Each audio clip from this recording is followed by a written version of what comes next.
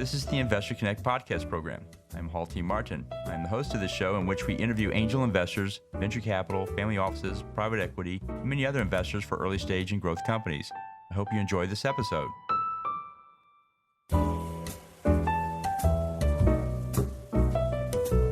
Hello, this is Hall Martin with Investor Connect. Today we're here with Alex Suarez, co-founder and chief legal officer at Door Capital Partners, LLC, and managing partner at Suarez Law Group. Door Capital Partners is a private equity firm investing in hospitality assets to increase its value and revenue through efficient management and a passionate vocation to service to their guests. Suarez Law Group provides strategic legal advice to companies, private funds, and family offices with their cross-border business and investment projects. Alex, thank you for joining us. My pleasure.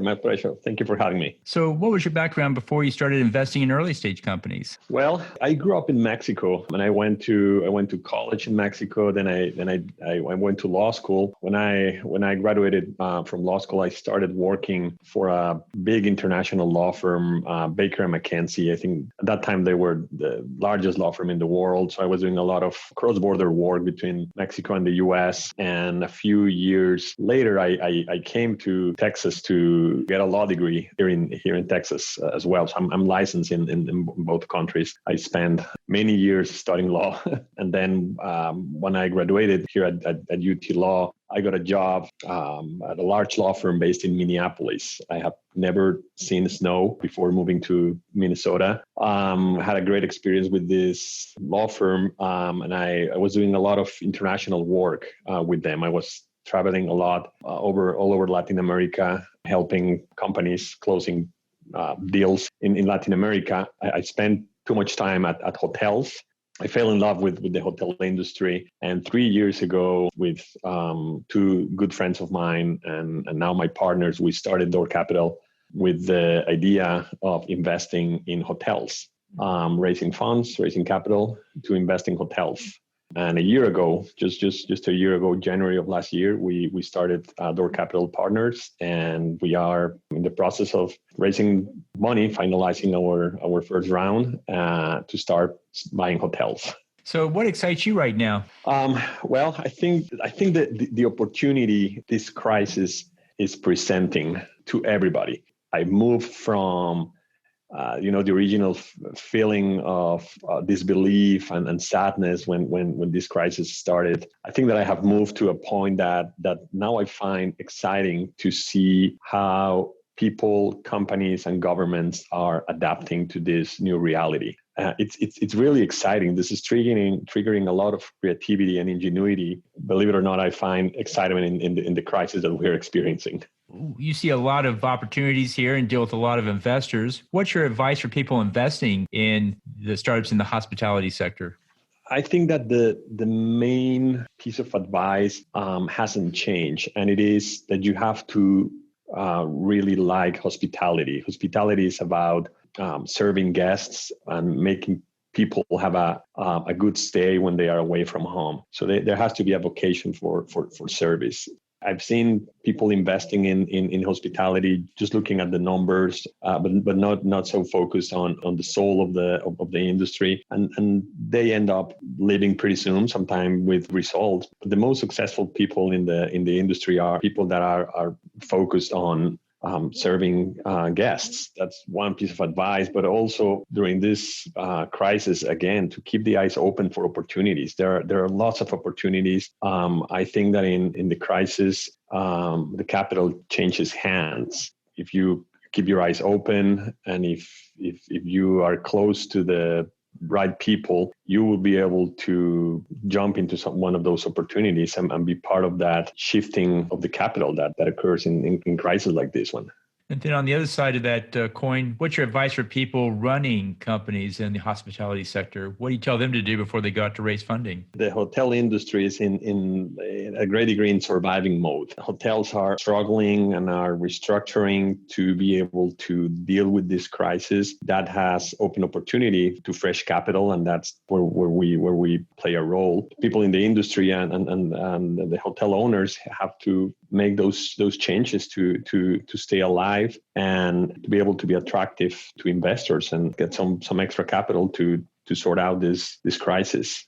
And so, given the COVID situation and the reopening that we're going into, how do you see the industry evolving from here?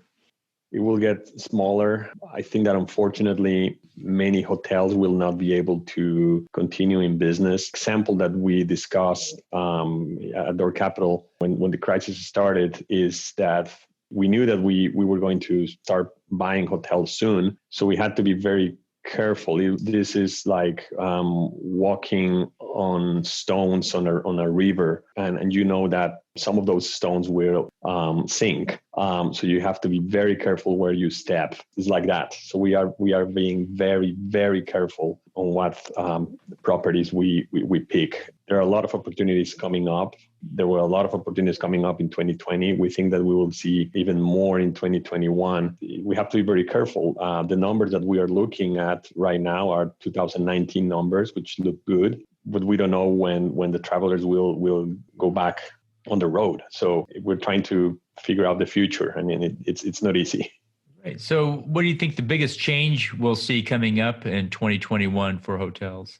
As a result of this crisis, we will see hotels cutting amenities, and this is something that will hurt mostly luxury segments or high-end segments. We in Door Capital, our thesis is to invest in economy and mid-scale hotels. Fortunately, we will not be dealing with that issue that much. Hotels in the economy and mid-scale sector, just a few amenities, just necessary. But that's a big change. But before the crisis, we were looking at several changes and developments in the industry, and I would say that right now they are kind of paused, but they will resume after the crisis. For instance, we were looking at mergers of hotel chains. In the past few years, we have seen brands creating new brands within their portfolio and new segments. Now you have brands like Hilton or Marriott with 10 or 15 brands within their umbrella. There is a brand for business travelers. There is a brand for families. There is a brand for business travelers that need a long stay. Segmentation is something that we were seeing happening in the industry. There's also the threat to the industry that Airbnb represents, and Airbnb is going to stay forever. So hotels are adapting to that new industry, vacation properties. So families will not use hotels that much for family vacations, and they're moving more into the Airbnbs. And even Airbnb was trying to lure business travelers. Another trend that we identified was with boutique hotels and independent brands. That was a segment in the hotel industry that was growing really fast, and they were doing really well. So, what's your investment thesis for this sector? What's your criteria post-COVID?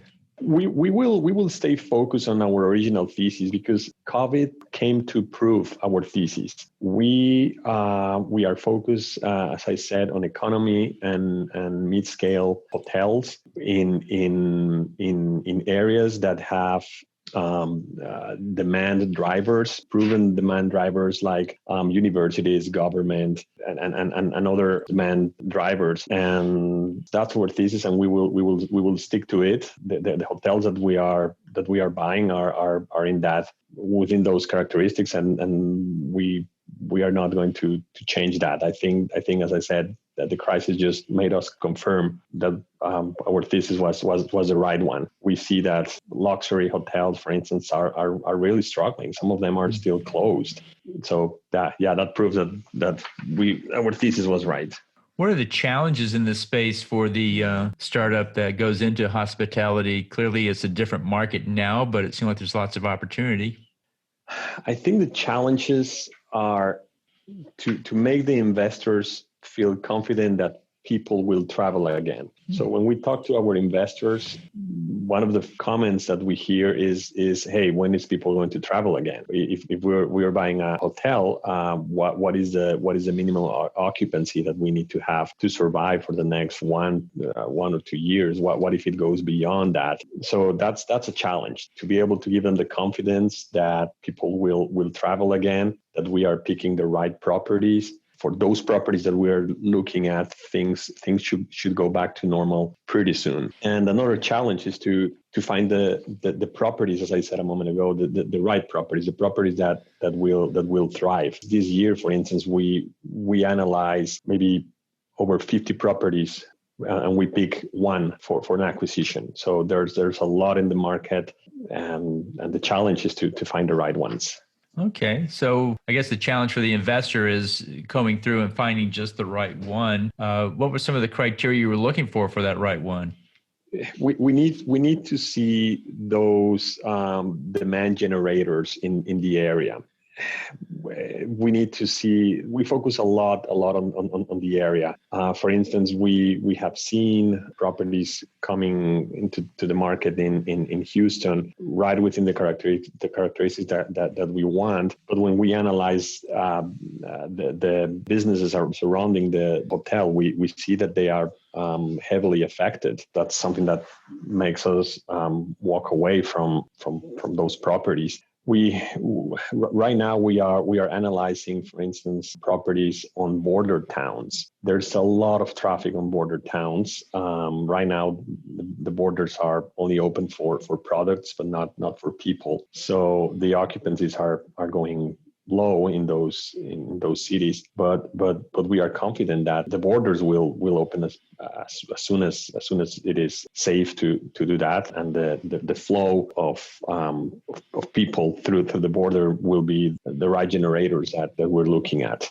Well, a moment ago, you mentioned luxury as a subsector was challenged. Are there any good subsectors inside hospitality where you think that part's going to continue to thrive? I would say that the most economic sectors, you can think of the Motel 6, the Travel Lodge, the Roadway Inn, the Motel 8. Right now, it's even hard to find properties for sale in that segment. Those hotels have been doing really, really well. They are not focused on tourists or tourism. They are not oriented to business travelers, but they are oriented to construction workers, for instance, manufacturing workers, and those workers haven't stopped during this crisis. So those hotels have good occupancies and good rates, and their costs are very moderate. They don't have a restaurant. They don't have a bunch of amenities that luxury hotels have, so they can adjust their costs easily. Well, in the last few minutes that we have here, what else should we cover that we haven't? Not much. Maybe something that I would add is that most of our investors in Door Capital are foreign investors. So we wanted to put together a fund from a legal and tax point of view that is open to foreign investment. And because of my international experience, I have been talking to some people and some families in Latin America, mostly in Mexico, that they want to invest in the U.S. They want to invest in real estate in the U.S., but they don't know, how to do it, where to start. So we saw that opportunity, and that's one of the reasons why we created the fund and structured the fund the way that we did in order to attract foreign investors. So I think other funds and startup companies should also try to look for capital outside of the U.S. There's a lot of appetite outside of the U.S. to invest here in America and get a piece of what's going on here. How best for listeners to get back in touch with you? It can be by LinkedIn. My email is as in Alex Suarez, at door.capital. as@door.capital. And our website is www.door.capital. Well, we'll put those in the show notes. Want to thank you for joining us today and hope to have you back for a follow-up soon. Thank you so much. My pleasure. Investor Connect helps investors interested in startup funding. In this podcast series, experienced investors share their experience and advice. You can learn more at investorconnect.org.